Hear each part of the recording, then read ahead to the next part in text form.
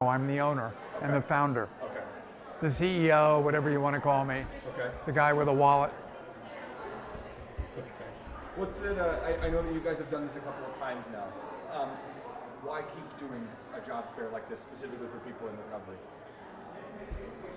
There are several elements that are critical, or components that are critical in a person's recovery.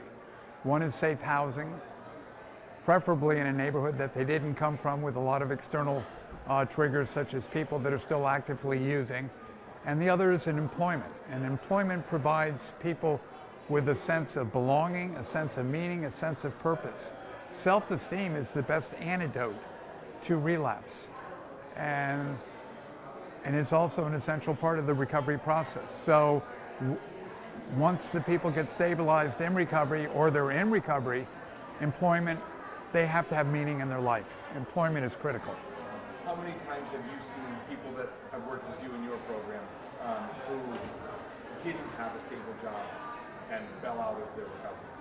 I think the more structure, because I don't have statistics off the top of, but predominantly, if I were to look at it, you would see the predominant number of individuals who are employed and have been doing all the other components in recovery have a higher incidence of sustained recovery, remarkably higher. It's significant than the people that don't have the structure, because they don't get the sense of belonging. They don't get the sense of purpose in their life. You know. You've got a wide variety of different types of employers here. I think some people maybe unfairly categorize that it's all trade work. You know what I mean, for people in recovery, but that's not the case here. What does it feel like to have a variety of employers willing to provide that sustainable opportunity for somebody? Well, I think initially the marketplace the stereotype was somebody in early recovery, we either put them in construction or whatever, but the people in recovery are a very capable workforce. There are a lot of people that previously in their life, they did sales, they did media such as yourself or whatever. I've seen police officers in recovery, I've seen judges in recovery, the whole spectrum, doctors. And I think it's the stereotype, we're less than the deviant subculture, therefore they're only capable of doing this much, and which obviously is totally incorrect. And that's the largest barrier that we face at this point in time, is not employing people, is changing the perception of this from a criminal, all people who are addicted are not criminals, and they're not morally degenerate individuals. This isn't a moral issue, it's not a criminal issue, this is a healthcare issue. It's not a brain disease, it's a psychobiosocial disorder. And the social part is the employment. And so for a person to put their life back together, they have to deal with the trauma, they have to stabilize the brain, and then they have to reintegrate into society.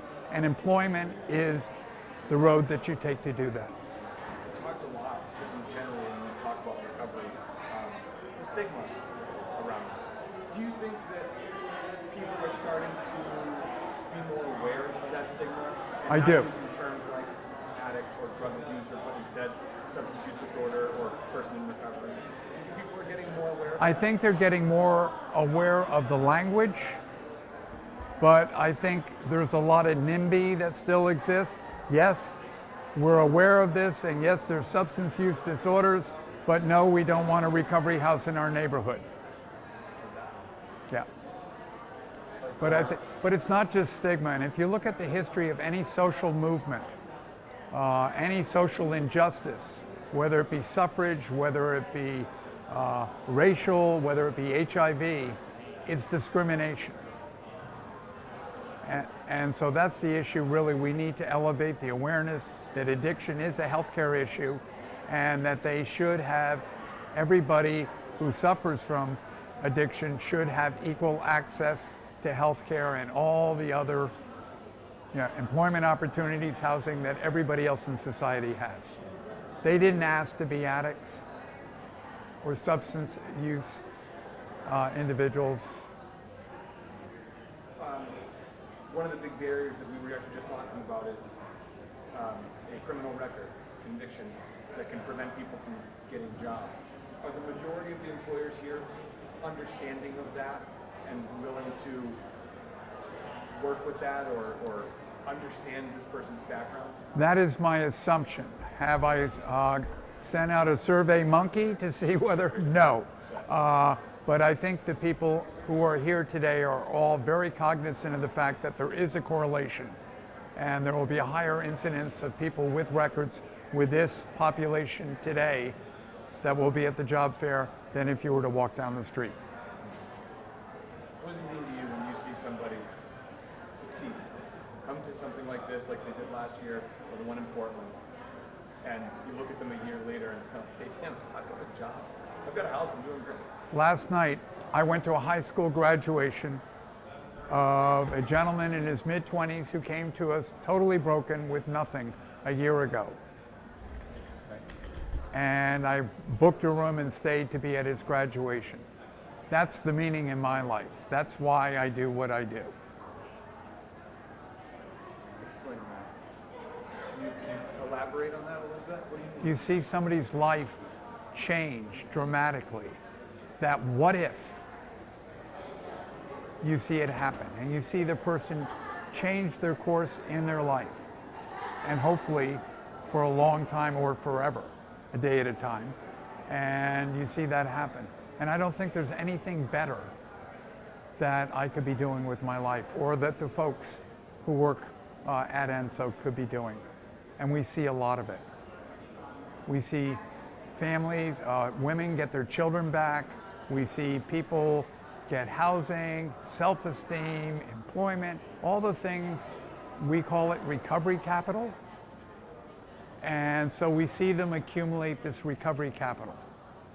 And we see them leave that life, exit that life, and walk back into this life, back into their communities. That's cool. Yeah. Remind me, you guys are in York, Kennebec, Androscoggin. We're in 3 jails at this point in time. Okay. We're What in. are those programs? They're MAT. They're MAT. We were the first ones in the state of Maine to bring in MAT, is medication-assisted treatment, and we use buprenorphine, which is Suboxone, known as Suboxone, in these. But we also do intensive outpatient groups, although they're not outpatient because they're definitely not out.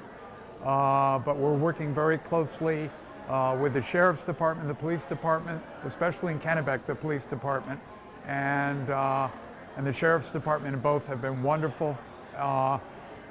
And it's happening. And we are having people coming out of jail and they're now in our programs. The difference with our program is that when they come out, they stay in our program for up to a year, okay, on the grant alone, and they may stay longer afterwards if they need it for counseling and support.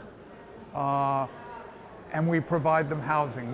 We purchase houses in every community where we are doing work in the jails, so that they don't have to go back to the environment that they came from.